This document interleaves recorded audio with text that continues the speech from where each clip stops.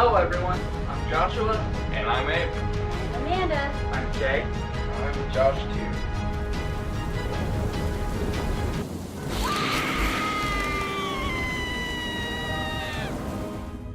Okay, so the next batch I got here are of movies, and that's the first one is the Paranormal Activity 5 film set, which includes the first one all the way through Paranormal Activity the Mark ones. So there's the front, back. There's the front, the spine, the back, and then you go in here, and that's what the discs look like. Kind of bland looking discs, really. I'll say I started to notice that with a lot of the Paramount Pictures releases, is that the discs are always just boring to look at. And honestly, for me, I do like the Paranormal Activity films to an extent. You know, like, I really like the first, I like the first one. I really like the second one. The rest, honestly, could suck it. Actually, honestly, I think they haven't been that good since the first two. So, and one of these days I may end up reviewing this series, and yeah.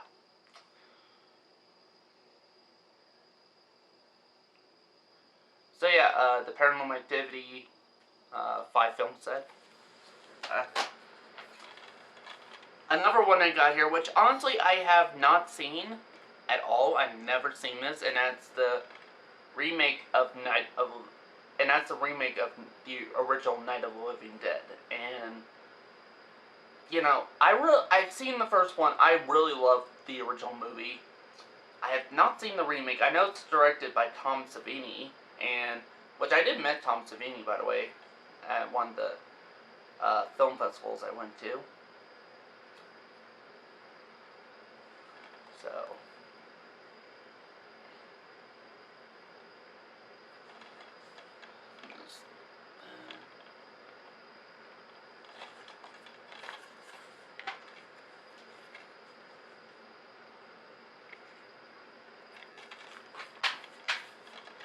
So yeah, I may end up watching this.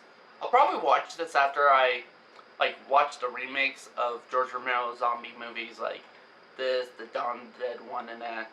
After I've reviewed all the original George A. Romero movies, so. Which a lot of them I have not seen. I've only seen the first one, and that's Night of the Living Dead, so. Of the original, so.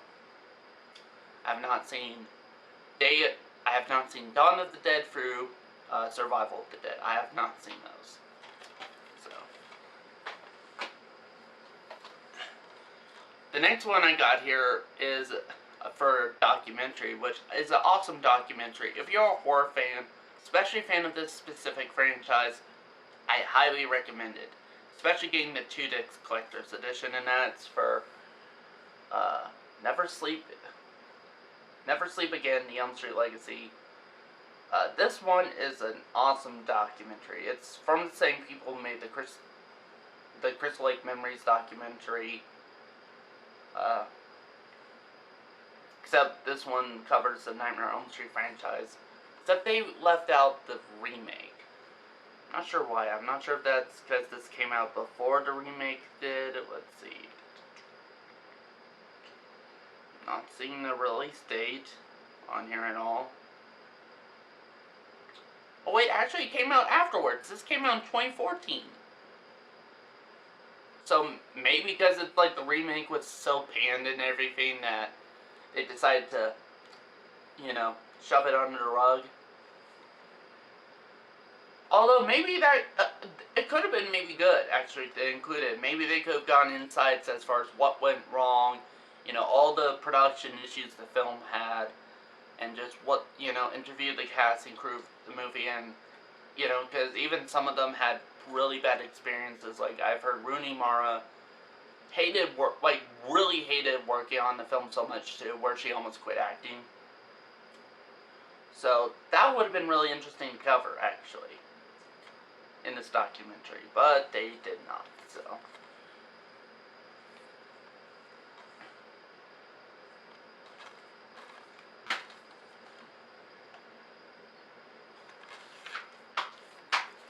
So yeah, Never Sleep Again, I highly recommend it for any Fred heads out there. Or just people who just are really into horror in general, I highly recommend it. Or, you know, especially if you're into filmmaking, that it gives you a lot of really great insight, so highly recommend it. So,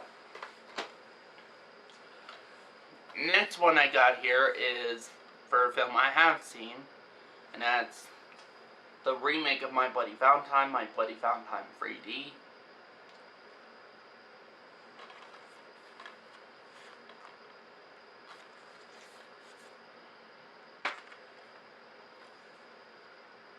The disc is just plain. I wish there could have been a better design for the disc.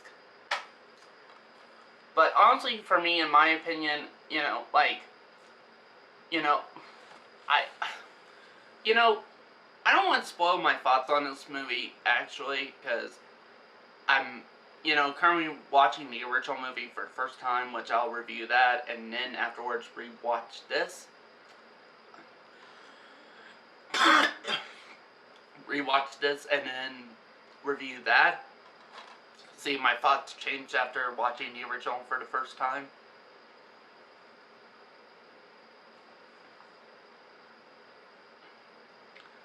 But, yeah, so, My Bloody Valentine 3D, the remake.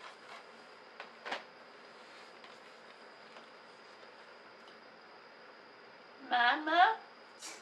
So, here's the movie Mama, which I actually saw this in the theater. I remember liking it okay. It was okay. I didn't love it. I didn't hate it.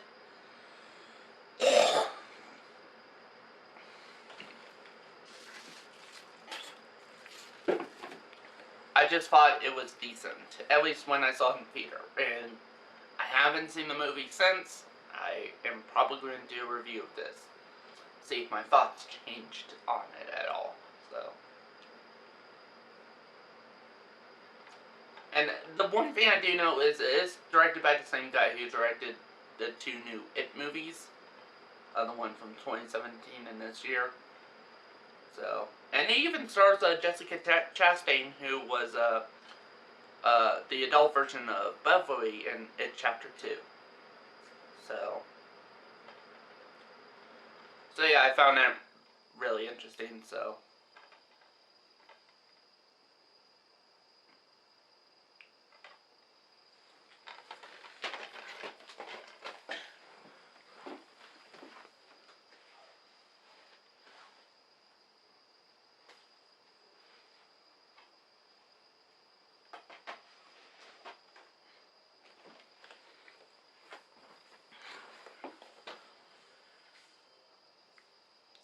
Now, moving on to the next pile, I got a double feature, and that's for Jason X and Jason Goes to Hell.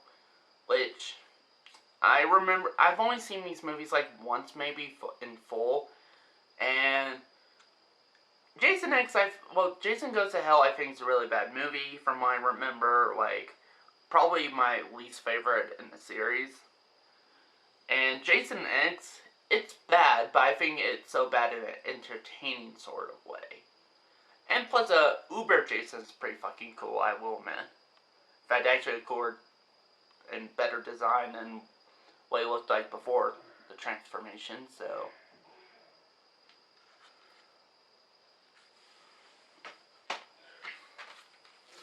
Here's another double feature, and that includes Friday the 13th Part 7, The New Blood, and Friday the 13th Part 8, Jason Takes Manhattan. Now, honestly, for me, these movies are kind of forgettable. The only thing worth remembering is Part 7, with, the character of Tina, who is basically, their version of Carrie, basically a rip-off version of Carrie from Stephen King's story, you know. I mean, technically it was Jason versus Carrie. That's really all it was. And this was the first introduction to Kane Hodder, Jason, which he's actually pretty awesome as Jason. I actually did get to meet him. So, and honestly, he was super nice when I met him, so. Yeah, so, the first two installments with Kane Hodder as Jason. Part 8, completely forgettable. Part 7, only thing worth remembering is that it was practically Jason versus Carrie. That's all from what I remember of these two movies, so. Yeah. Next one I got is actually a Blu-ray double feature, and that's for Friday the 13th Part 5, A New Beginning, and Friday the 13th Part 6, Jason Lives. Now, actually, I do like both of these movies, actually. They're not great movies by any means, but they're really fun movies, actually. So, yeah.